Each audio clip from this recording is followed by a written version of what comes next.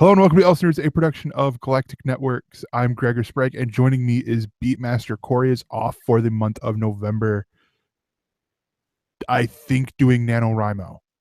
But if you want to find more about us, you can go to ElseNerds.com or gncast.com for the mothership's doings. And on ElseNerds, as a warning, we will swear and we will spoil stuff, so you have been warned. We hope you survive the journey. Beat, how you doing, sir? I'm doing fine, good man. And yourself? I'm doing pretty good.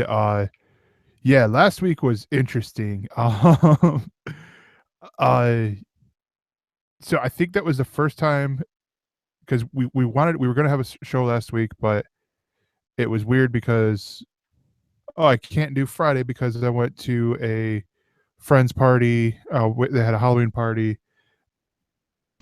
That sort of pissed me off a little bit. And then I went to, would have been the only day Corey could have done it.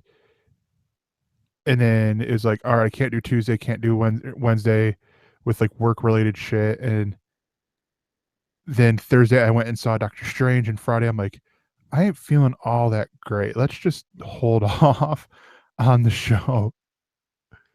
But yeah, so I am feeling better, and we will go on, carry forth, and do a show. So let's get to some news. And this one, I'm actually a little sad that we're not going to get Corey's take on it, because I know Corey is an Alton Brown fan. And this is that Alton Brown is bringing a cooking show to the internet. Now, this is a direct sequel to Good Eats.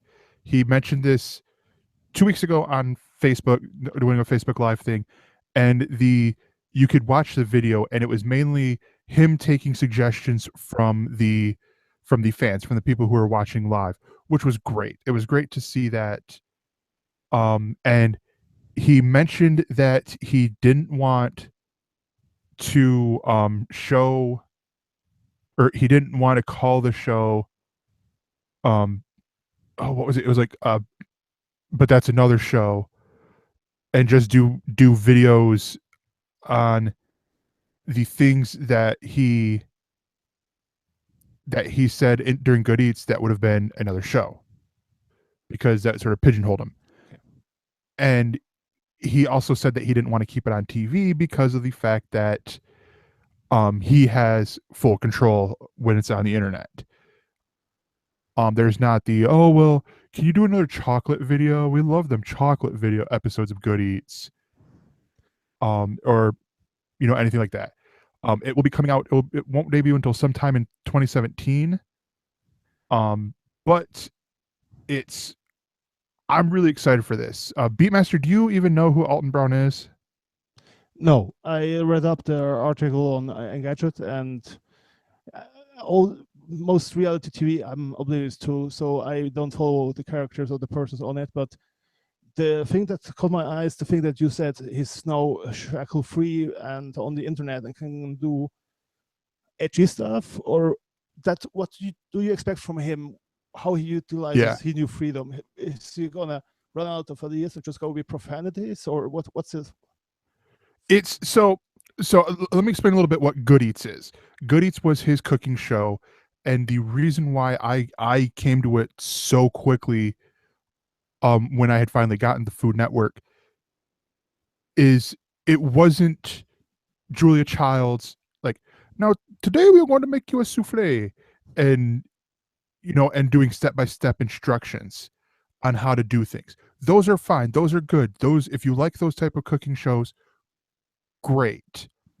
What he did is he was notorious for teaching you how to use tools, how to use cooking instruments in other ways. He said the only true, this is a quote they had while on Good Eats, the only true unitasker he had was the fire extinguisher. Every tool, everything he had okay on there could be used to make something to do more than one thing. The Hunter S. Thompson of cooking, then. Okay, why not?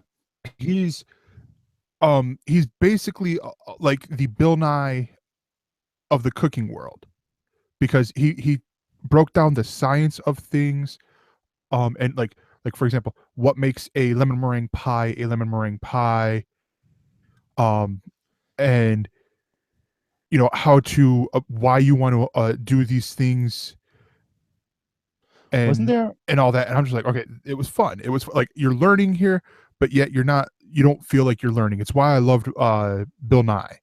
wasn't there a cooking show that has done scientific things to food, like Frozen and other such things? It existed before that, not? Yeah, he's done stuff like that. He's done the things that you wouldn't think of to do with food. Okay. And all that. It's not the Guy Fieri diners, drive-ins, and dives where it's some guy, right now I'm gonna do this and rah, and he does it. It's doing something different because you wouldn't think to do it that way, not doing it for shock value, like Guy Fieri had. So where would he go with his new freedom? You think what's the takeaway then? I think there's just a big world of possibilities. I think with these freedoms, not going to be like tied down to doing, all right, like Food Network. Okay, February we're doing this month where we're only going to be talking about chicken recipes or some made up bullshit thing like that. It's him and his crew, the writing to get to where they'll have like, okay, let's do a episode on beef, or let's do an episode on chocolate, let's do an episode on alcohol, whatever his crew wants to do, and then probably even more whatever the fans want to see. I think going to be the big thing is we're going to have better fan interaction. That's the question. The same with the Top Gear, the follow-up show, so that if the restrictions were the thing that made them so creative, or it's really that they were held back by the big wigs and now only can get better. It's interesting to see for both, if it succeeds because of it or fails because of it. Yeah, I don't know. It is interesting, and I can't wait to see it, because I want to see what he could come up with as, you know, as a nerd, as a guy who does these cooking shows in a very scientific way. Story is from IO9, and this is another screenwriter has left.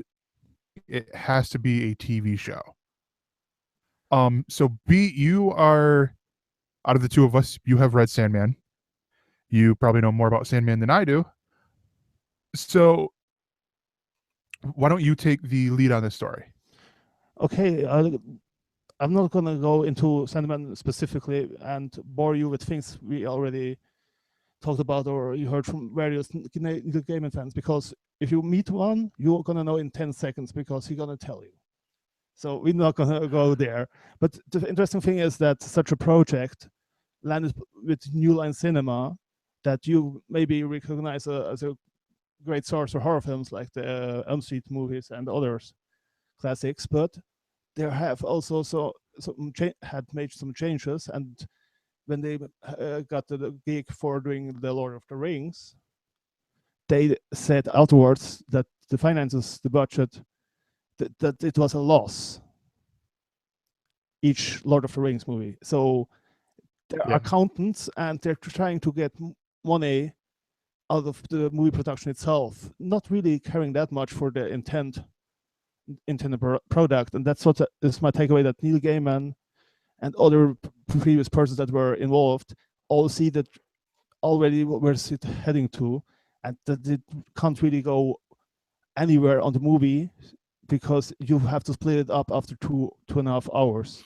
and that doesn't work with the material. It takes a longer time, and so it lends itself really well to a Netflix or HBO series. as it is a solution for most things that we want to see these days from comics that are a little bit more than just team up movie or origin stories. And for that, we have all the signs that point towards this disaster. But New Line Cinema won't drop it. They won't listen to that critique of the creators, and so we're gonna get a product if you want to or not. Yeah. It from reading the article, like glancing through the article, it sounds like this is a little bit more money grab, and this is disheartening for me because when this came, when the news of this came about, the first time, it was that Joseph Gordon-Levitt was attached to. I think he was writing it at one point, but he was going to direct and star in the movie. Yeah, and then he left, and it seems like Legendary, a New Line, which I think is owned by Legendary Pictures or something like that. But it seems like they would realize this and then try to sell it, or get the work with a TV studio, because I think also they could get more money out of this, if I'm thinking correctly. we're talking 100 million to 300 million dollar movies in the comic book world these days. Well, Yeah, it was there. Don't know if it holds up. but No, yeah. So, but we're also talking. We're talking at the very, more than likely it'll be 3 movies because everyone loves a trilogy. If they do TV series, especially if they do it on Netflix or HBO, we're talking multiple seasons. We're talking, maybe 5, 6, 7 seasons if it takes off and you get the right people in there to write, produce, direct, act in it. One of the reasons why I love The Walking Dead right now is because it's still, the TV show, it still feels so young and so new to me because of how the actors and the film crew are all in there. Like, from hearing, different news articles and watching Talking Dead and all that stuff, it's like, all right, they still love doing the show. So and it's one of the big reasons why I still love watching it. It's not like it's oh, well, I'm just doing it for the money, and then I want all the monies. It's just they love doing it. Same with New Line Cinema, and I don't say they were bad because they want to make money out of it. Not at all. That's the purpose of a business. That's first and foremost a movie business, not arty-farty things that we sometimes pretend we would like to have, but not really go to the movies that come out from these people. So it's a grab that they not plan on success just to make a write-off or such things as they have done before, and that doesn't do justice to the material at all and ignores it entirely. So I don't see that these people thinking long term as you propose, and even then I'm not sure that the amount of money can equal to that of a successful franchise, but it will be a Judge Dredd, sorry, the new one. There's so much potential, but it leads to nowhere, and so we're gonna be unhappy. The fans, the studios will also moan and bitch about the fans that bitch and moan about them, and it will be a massive turd. I see it coming my way. Speaking of fans bitching and moaning, yes, I'm going to use that as my segue. I don't fucking care. But fucking autoplay. Goddamn comicbook.com. Young Justice season 3 has officially been announced. This comes after, gosh, I mean, when they say years, it's been years. It's been close to 10 years since Young Justice came out. And Young Justice was essentially a version of the Teen Titans. This had except where Teen Titans was the sidekicks, this was where there were still sidekicks in Young Justice. It was more the um not versions, but younger heroes Teens. coming in here. Like you had like Miss Martian, who wasn't Martian Manhunter's sidekick, but or something like that. Or his niece, and was coming in that way to be with this team to learn how to be an Earthling and stuff like that. And it's one of those shows that I started to watch and I really loved, and then it just sort of fell off the map for me. Come back and I'm like, oh, cool, and then it was gone. I'm like, what happened? And I think that was also about the time I started getting. I'm like, I looked up and did some research, and I'm like, they fucking canceled my show. What the hell? So you did watch it on and all that. Cartoon Network, not on Netflix afterwards. You watched it when it was air. I watched it. Yeah, I watched it on Cartoon Network and all that. But the creative team, the producers, Robert Vitti, who did Batman Under the Red Hood and Superman Doomsday, and Greg Weisman, who did Star Wars Rebels and Gargoyles, they'll be coming back for this. And it's one of these that I was like, okay, they have to be coming up with this. And I don't know. I didn't look through to see where Young Justice season 3 is actually coming out on. If it's coming out on Netflix, if it's coming back to Cartoon Network, or what. But overall, I am just super stoked to get more of this, because if people eat this up, then maybe we could get season 4, season 5. We could get these more stories, especially with this is what I hate about some of the serialized story cartoon series that we've had on Cartoon Network, especially the ones under the DC banner. They have cliffhangers, and it's like, and they're popular enough where it's like, yeah, they'll come back, it'll be resolved. And yeah, girls were watching the show, and so we can't market to girls, so fuck you guys, we're not renewing it. It just seems like stupid shit like that. Well, the thing is with Netflix, as it's owned by Warner Brothers, I don't know if they're gonna do such a fan favorite outside of their own network. So the question I remains, think if honestly it's CW it would. material? I don't see it being on CW because of the fact that it'd be cartoon. It's still going to be cartoon. So it would probably be Cartoon Network. But I honestly could see them licensing out to Netflix, because they'd be getting money that way. The creators are still there, so it'd still be the product that the fans want. And there wouldn't be as big of a risk, because they're literally just licensing the characters out to Netflix, or creating the stuff for Netflix, who would be giving them a big check up front, and then probably some residuals depending on how many subscriber numbers they actually got or something like that. Where if it was coming out on Cartoon Network, it would be against a lot of the shows that are on there, like going against type.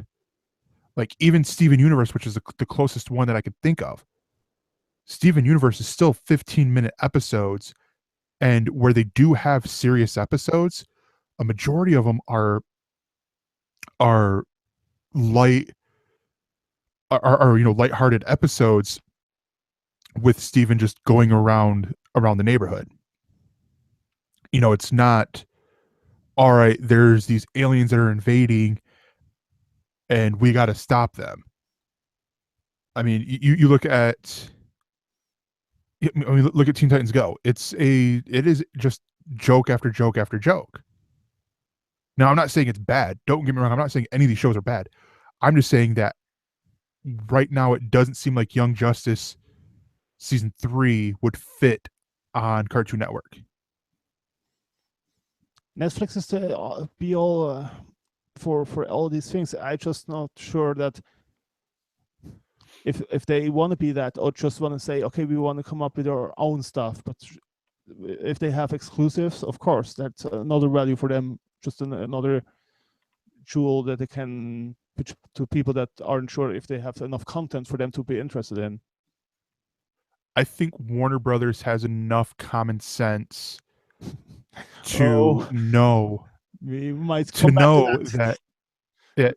To know that more than likely going to a like opening up, creating a new thing is not necessarily going to pan out. Yeah, Jeff Jones is not in charge. That's the good thing about it. Yeah, it's a different person. Yeah, look at CBS right now with their CBS All Access. Yeah, you know, it has a whole bunch of stuff in their catalog. You know, these throwbacks. It has, I think, every season of Big Brother out there, including the Big Brother Over the Top, which more like under, because no one cares. And it even has had the promise of, oh, this is where the Big Brother live feeds are at, and this is where you know you could go and get, you know, these other, you know, digital, you know, all access original stuff there. And it's like it's just one solo market. Like Star Trek is a perfect example. It's one solo market with them going, okay, you'll get it here in America on CBS All Access, but Netflix everywhere else. American viewers happy. They're like, no, I already pay for Netflix. Why do I got to pay $10 extra a month for your show that I don't even know if it's going to be good? You know, I'm going to watch it because I'm a Star Trek fan. Sorry, that's I just channeled Brad there. Send all hate mail to Brad Ludwig at on the Alien Invasion, because that was not me. But no, I mean, I'm excited to see this, to be honest. I just, yeah, bring it on. All right, and the final story for the news segment is that the Predator. Okay, no, I love that this is an exclusive on Collider, but the Predator does not take place in the suburbs. New Predator movie that's going to be a sequel, and it is going to be written, and it's also going to be directed by Shane Black. Yeah, and not a sequel to the Robert Rodriguez reboot. It will be a sequel to the first original John McTiernan version. Yeah. So we may see so that's Dutch. good. So that's the hope many hardcore fans have, that Arnie will be back. Yeah. Can't even do the accent. So that's now I want to get Matt on here for his thoughts on that. But no, so yeah, that's actually cool that it is going to be a sequel to the original. And we do know that we do know some of the people who are going to be involved, including Boyd Holbrook from the Netflix series Narcos. Great show. In the film. I don't know who does he play on Narcos?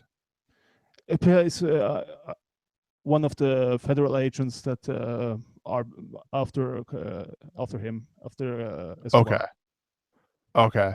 And then we also learned that Olivia Munn, who was on Magic Mike, The Newsroom, Attack of the Show, don't you forget the big one? Maybe an X-Men movie that was not the best.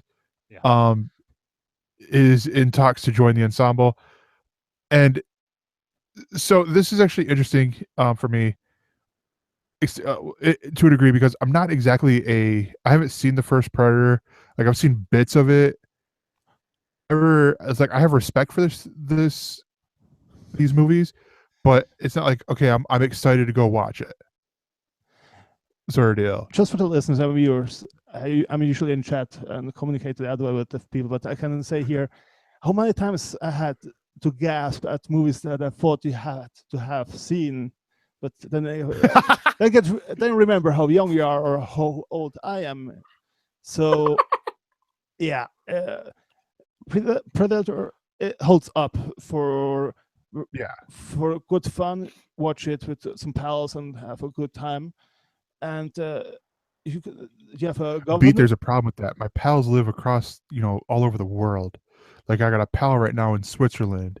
So I mean, that's the problem with, like, it's like, all right, one plane ticket. Hey B, you want to watch Predator?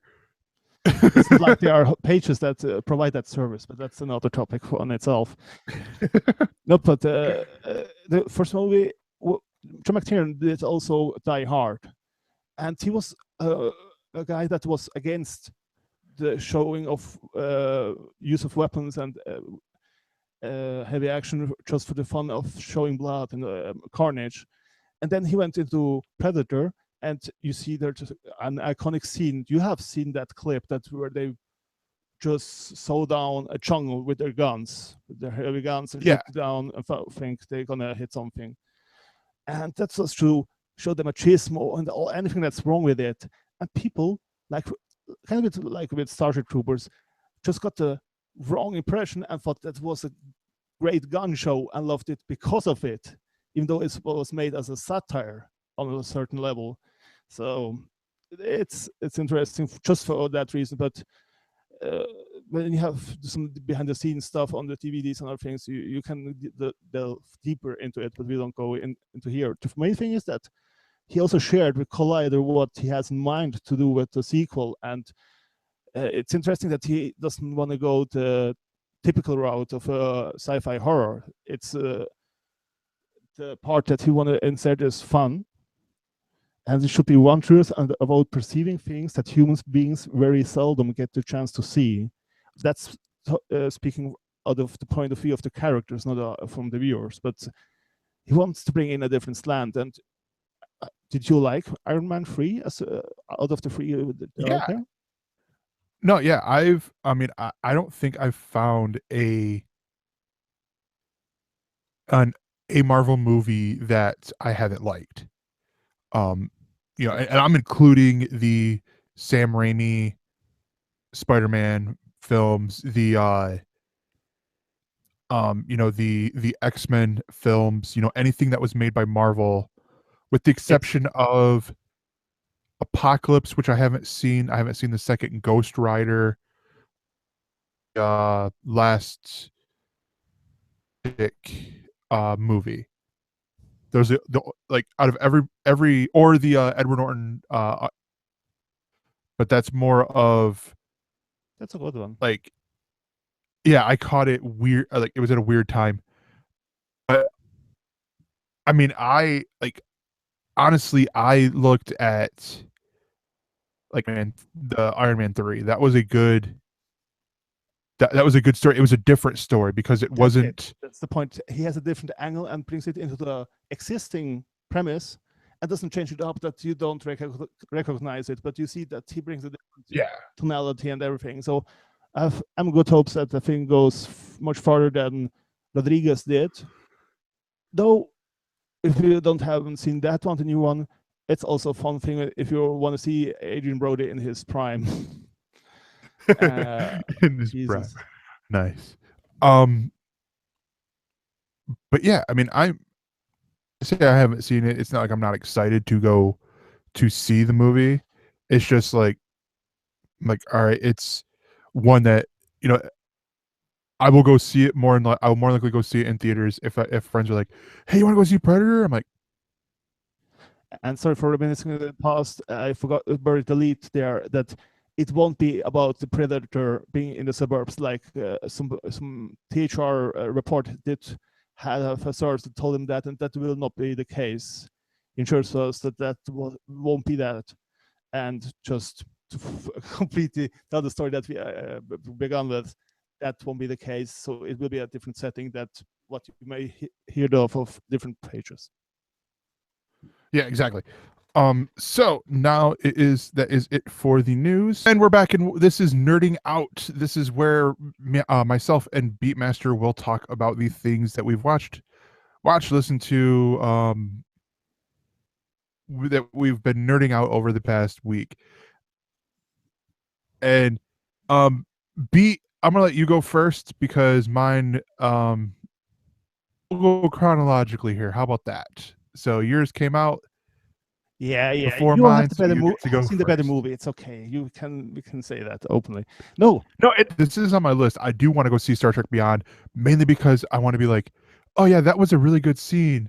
Because at Target they play the fucking commercial all the time, and it's like, yes, I want to get the Target exclusive box that has the there, so I could feel like, all right, I'm gonna put in Captain Kirk, or I'm gonna put in Anton Yelchin because he is no longer with us and stuff, and just stuff like that. It's like, I get it. I want the movie. Shut up. so that people know. I worked in retail as well, so we know each other's pains very well, and we have a full wall of TVs, including several speakers, on with always the same trailers repeating on a loop for 8 to 10 hours. You go crazy.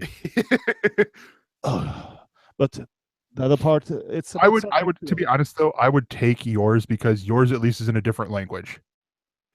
And it's like, I'd have that joyful bliss of not knowing what a fucking word was that was said there. Nope, muting. I'll have James Corden, and then I'd be like, hey, James Corden, because I recognize a laugh. Well, something like that. But yes, I hate to tell things from other movies, but the first Star Trek that reboot that J.J. Abrams made was okay movie. It showed a possibility that you can refresh the material and get excited again about Star Trek, and I had little to no issues really with it, and it was entertaining. But the second one is the one I despise. It is wrong on so many levels that it would take an hour to talk about it. But the main thing is that they forgot what the characters and some of the messages are about. And of course, every Star Trek movie was like that, different. There were two exceptions: the motion picture, first one that I can compare to 2001. It's like will you on and say, oh, that's a bore. It should be more action and everything. And Insurrection was the other Star Trek movie from the Next Generation crew that had the appeal of an episode done in the full length, feature length. And so these are the two only Star Trek movies out of all that were really in the spirit of Gene Roddenberry. So I'm not hating. They were or were not? They weren't. He was not a guy that made a religion and said everything has to be like that, or isn't like my imagination. No, just saying that the movies departed from the TV shows, and that's with the core crew, the Picard crew. It was always the case. So I can see the appeal for newcomers that Star Trek delivered with J.J. Abrams' version, but it was the fear that we would only have that and nothing else because there was no TV show coming back then.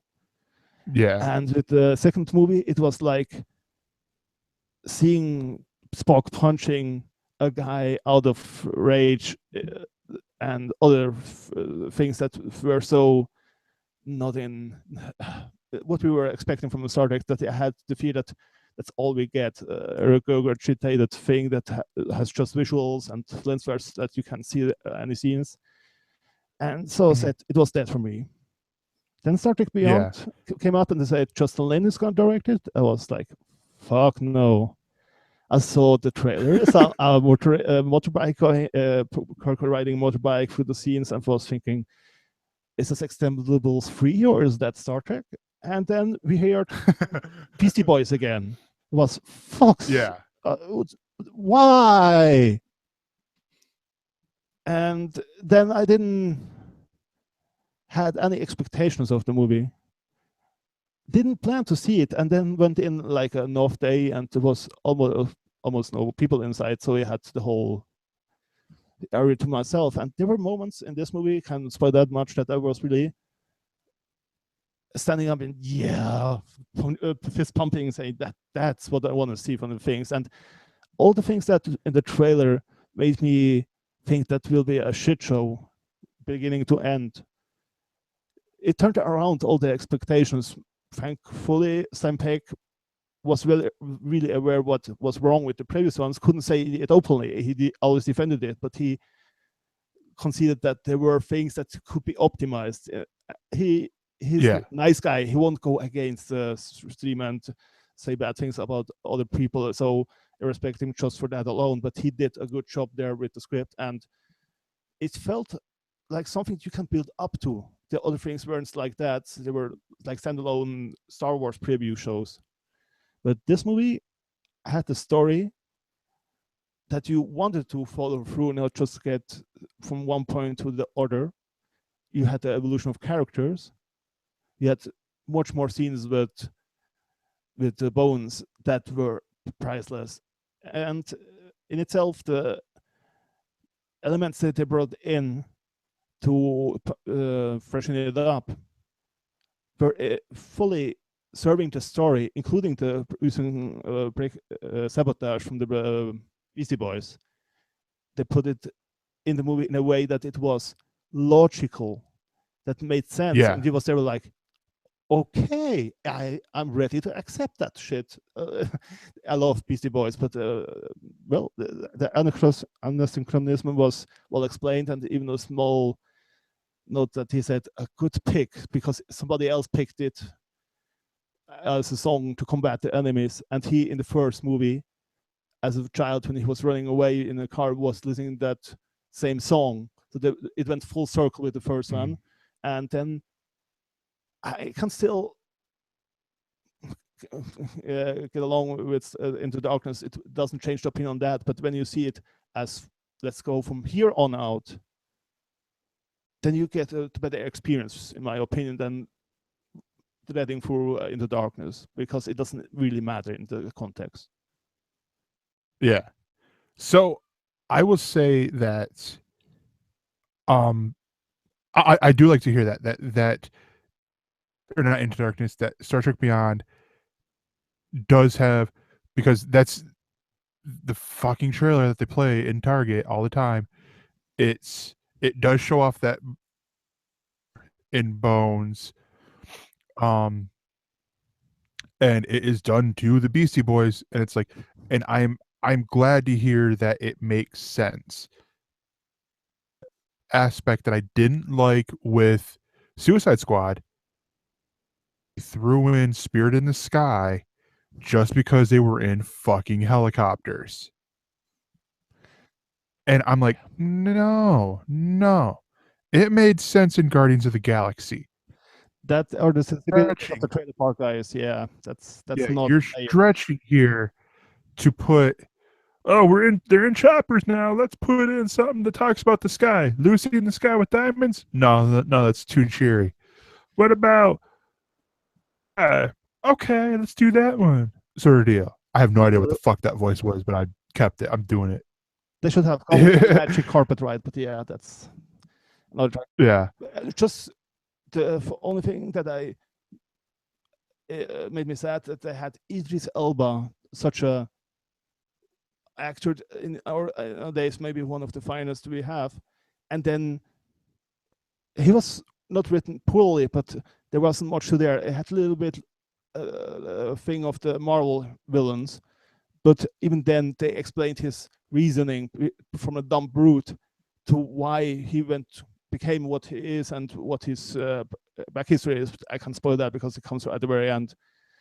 A wasted talent there, but that's the only minor thing that comes to my mind, because it wasn't bad. It was just not up to snuff.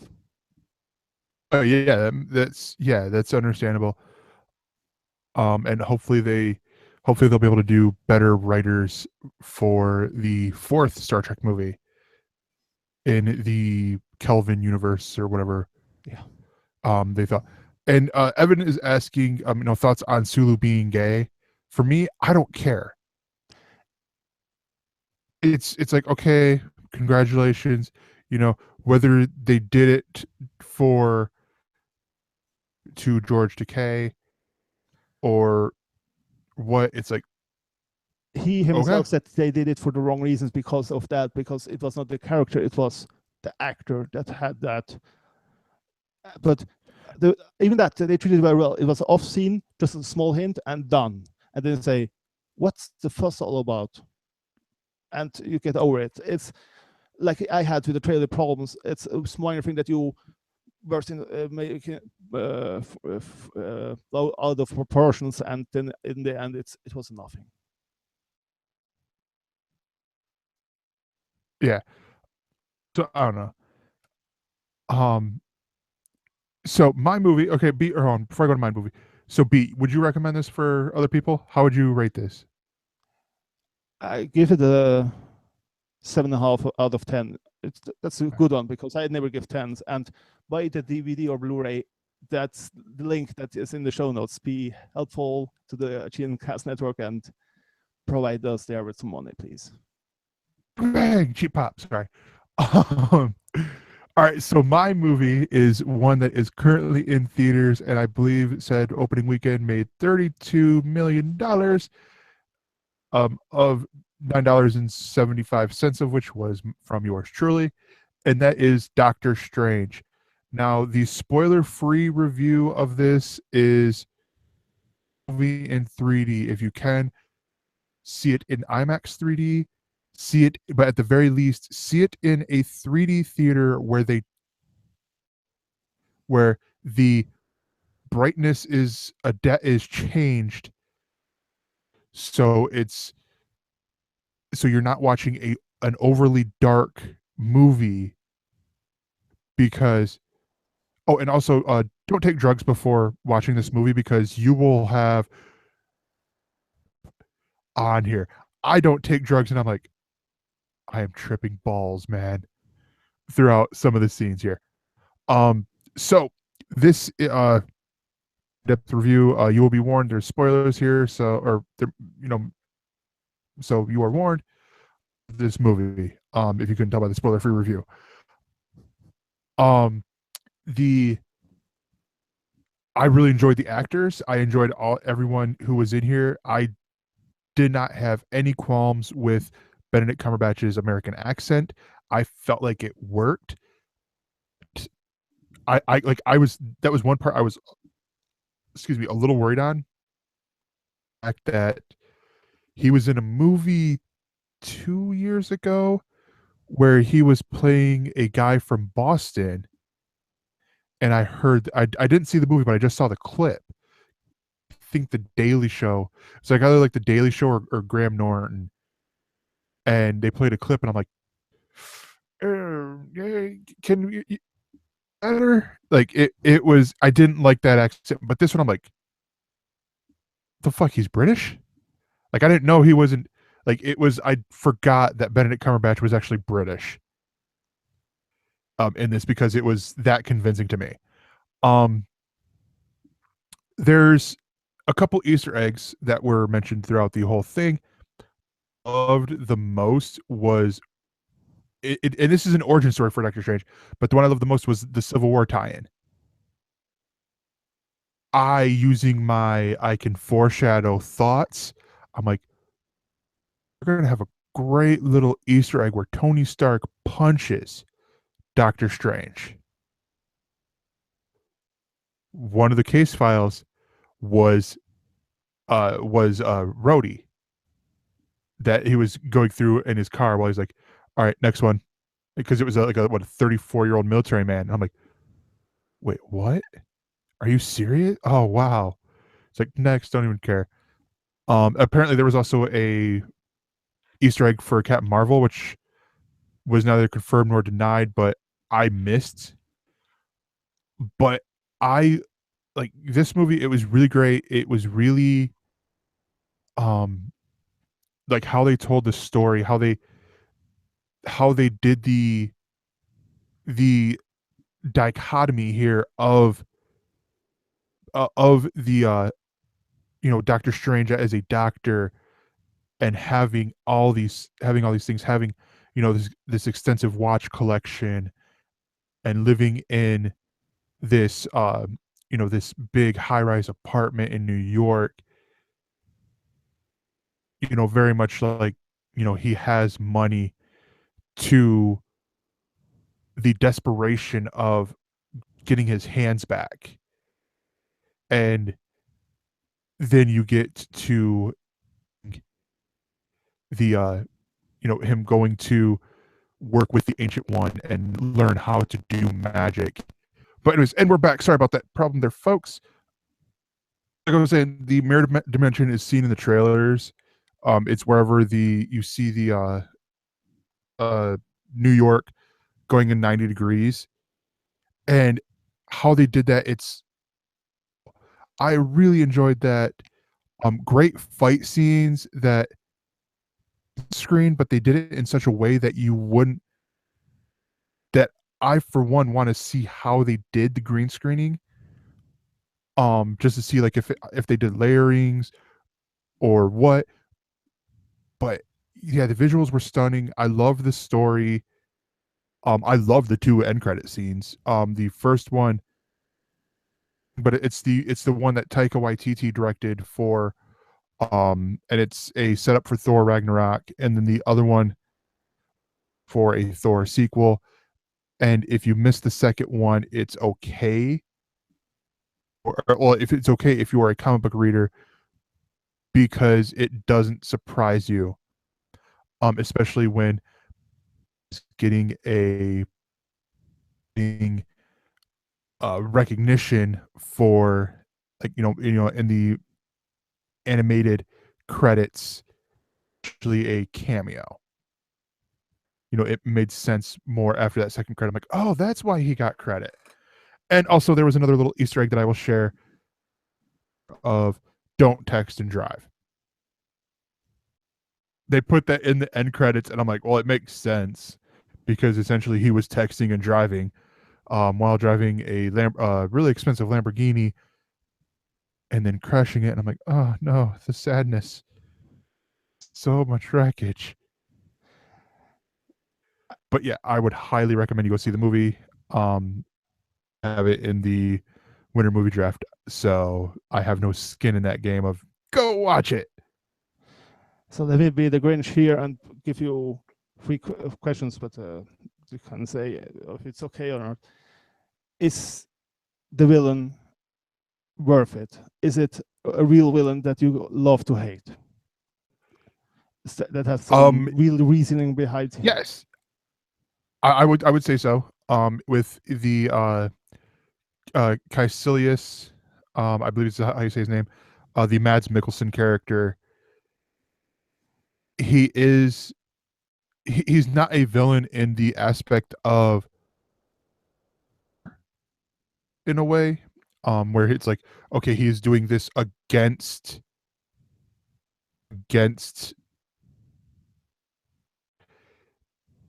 he's a villain in that he's more of a villain in the aspect of Cobra Commander, doing these things for his own good, for what he thinks is his own good. I had to think of Robert Chicken, sorry. And even with Dormammu's a villain in there as well, and that's a great scene that I am not going to spoil. But I mean, I really enjoyed this. There's great fight sequences in there. The villain, I do think the villains were handled good. I don't think this is necessarily like how the movie sort of ended. I don't think we're going to see Caecilius again. Like, I could see them bringing back Dormammu, but I don't know.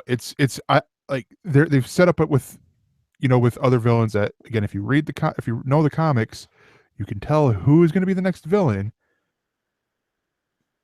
And I think it was a very logical thing. It was not only an origin story, it was an origin story for all the characters here. It was an origin story for Wong. It was an origin story for or for Mordo. It was an origin story for the Ancient One, for There's the other part. Dormammu. That's the other part that Marvel movies sometimes lack All these people. in the origin movies, that they have a slow burning start, and then they gather their power or go somewhere, and then they introduce the villain or the situation they have to resolve in a manner that it's then only dun dun dun dun dun action without real pause, so that you have a. There's not really that though. It's not, okay. There's not really that. I mean, it's you start off with the villain. You start off with Mads Mikkelsen's character, and you're like, okay, this is the guy who's obviously the bad guy because he did bad things, and then you get Doctor Strange's origin, with him being the surgeon, like him getting loans and trying to do all these different Western medicines to get his hand to repair his hands.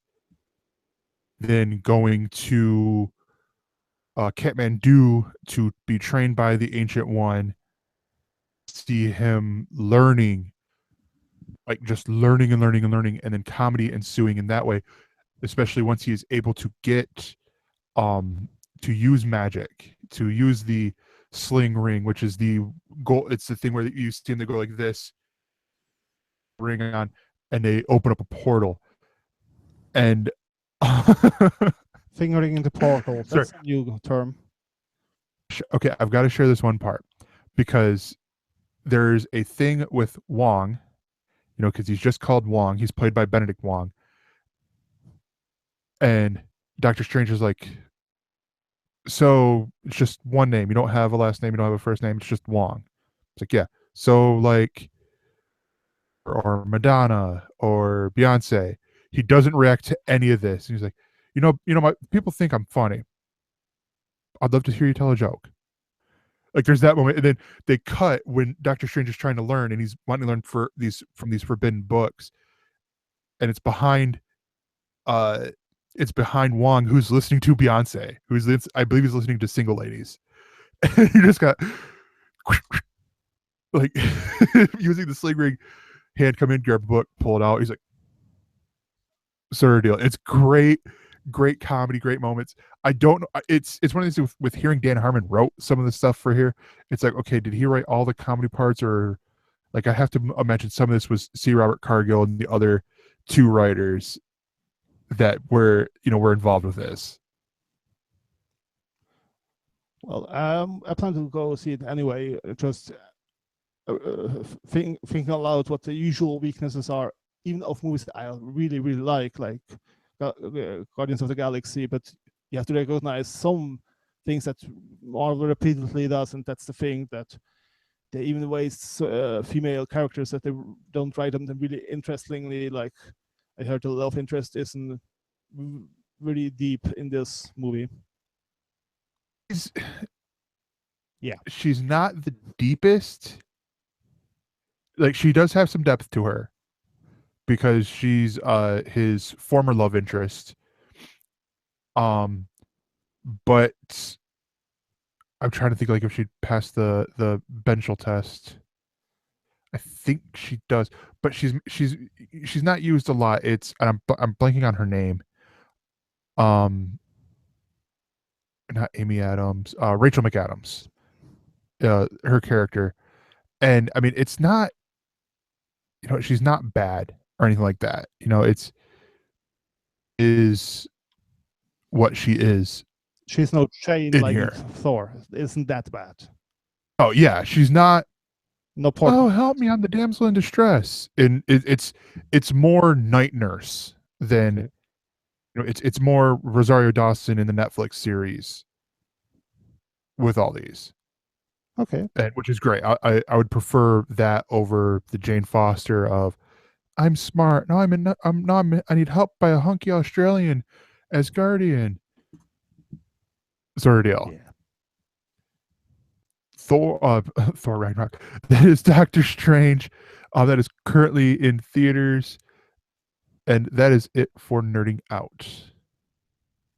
And it is time for our discussion topic, and our discussion topic this week is the Flash movie loses the dope director Rick Fumiyawa, and this is that he's the second director, I believe, to exit exit the movie because of creative differences. The one before was Seth Graham Smith. But it was interesting that um the it seems like the executives at DC and Warner Brothers didn't like the vision that Rick Fumiyawa had. Too edgy. He wanted, I guess, yeah, he wanted more edge. It sounded like he also wanted humor in there though too.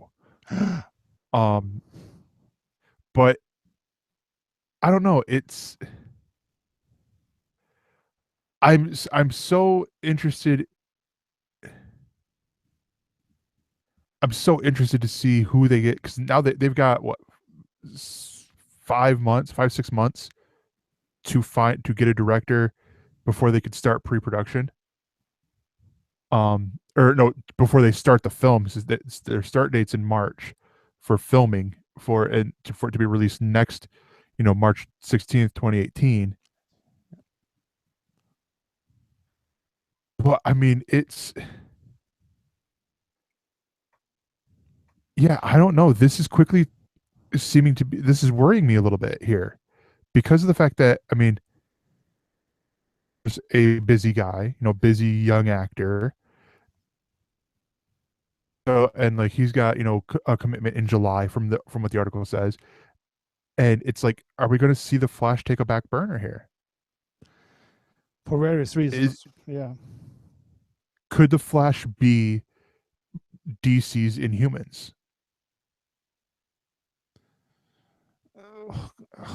It's such a weird world that the TV version trumps it, but yeah, anyway, from what we have seen. But well, let's see with Justice League. Maybe they see when the people react to his character, they put it on the express lane and then on the fast track, and then we see.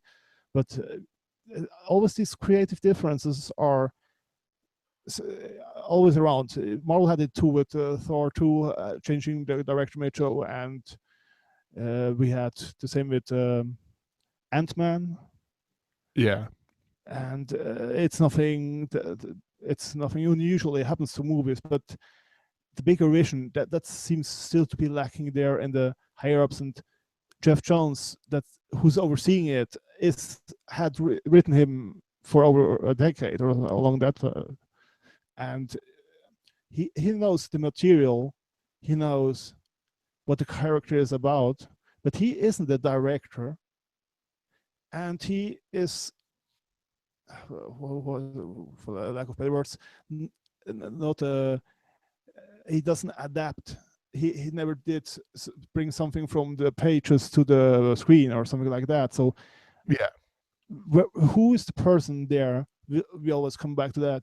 Who's the Kevin Feige of DC? And Jeff Jones is supposed to be the answer, but I can't see it. If he has enough lever to push. I could still see it because, I mean, we don't know, as normal peons, what exactly Fumiyawa's how edgy it was going to be.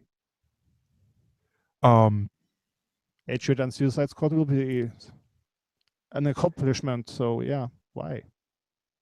I mean, it sounds like he pitched. This is a quote that he said. He was excited to work with Ezra Miller, who was a phenomenal young actor. I pitched a picture version of the film, humor and heart. So I mean, it sounds like if you are Jeff Johns and the other producers, you have to find a director whose vision matches yours, and someone who can,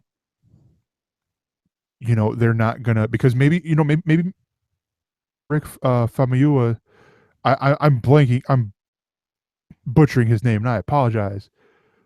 But maybe his vision, with being edgier, more edgier, would have been we would have been like they do to the Flash.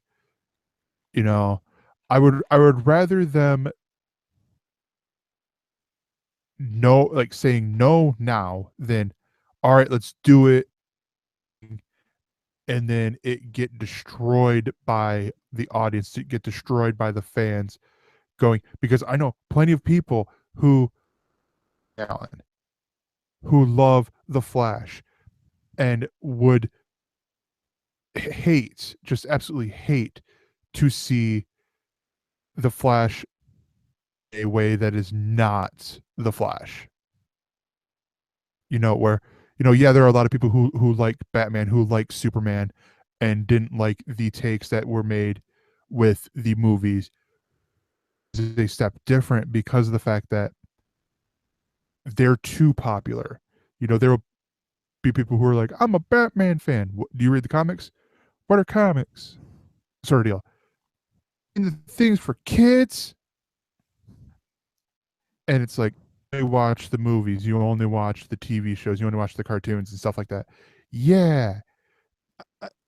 Where this, I get that, and it's more of, you're going to have the comic fans. Go ahead, Pete. It's a very understandable viewpoint you have there, but Kevin Smith told when he went on to direct Flash episodes, the producers there, or people that were around, show around, and said, finally, somebody that cares about the character or is a fan of it.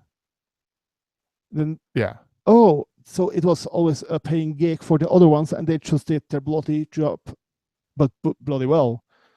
And it's a job. So I want to have artists and stuff like that in movies, but a movie studio gets an art director to and let them do his movie.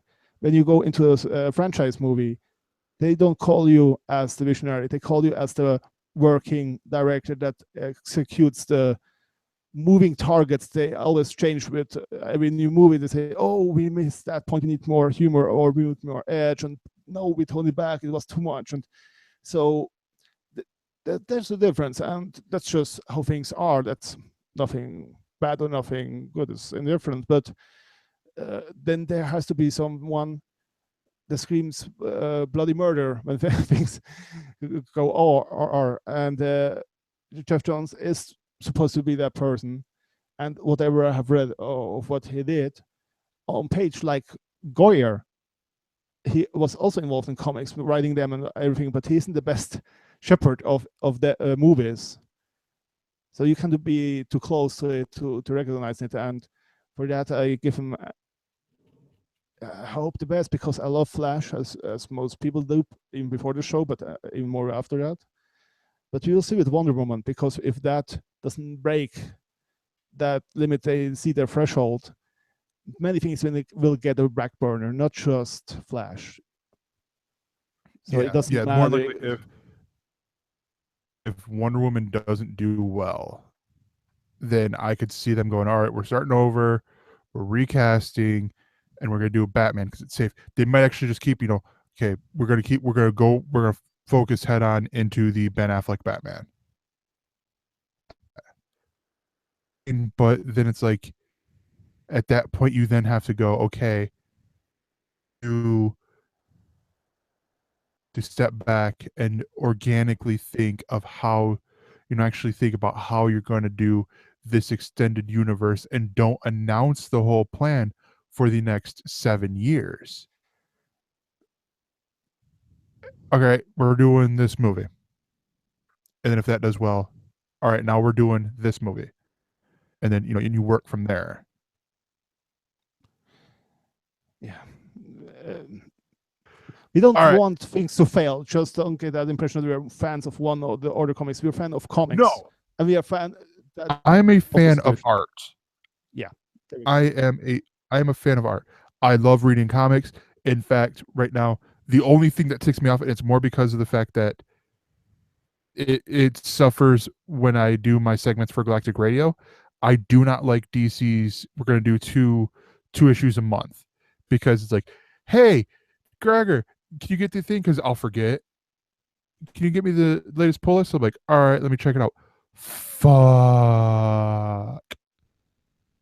Listen, this is not me complaining. This is just me stating a fact, because it's always like, all right, from DC Comics, Action Comics number 2 or number 965, 966, 967.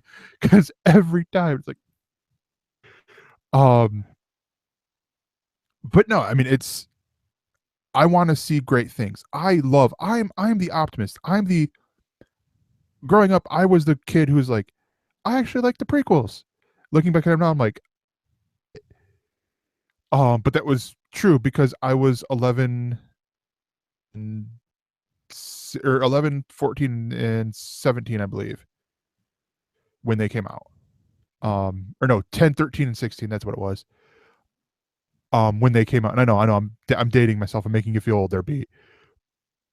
But it was one of those things, like, I look at it as a 10-year-old and I'm like, yeah, I enjoyed that movie. I look back at it now and I'm like, it's that whole thing. Sort of deal. And I don't want to see these things fail. I love these things too much to be like, whatever. Yeah. But again, we're So, fans. Don't screw with us. Yes, we are fans. All in all, we are fans. If we were not fans, we would not be talking about this here. We wouldn't care. Yeah. So just like you guys, Galactic Netcast has bills that we have to have paid. We got to keep these lights on because otherwise we're talking in the dark and it just gets creepy after a while.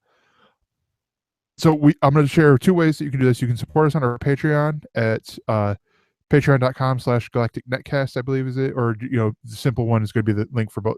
They'll get you to both. gncast.com/support is by clicking our Amazon affiliate link. You go in there, you find buy on Amazon because you're already there now, and just like 3% of it doesn't affect your price, but 3% of it goes to us.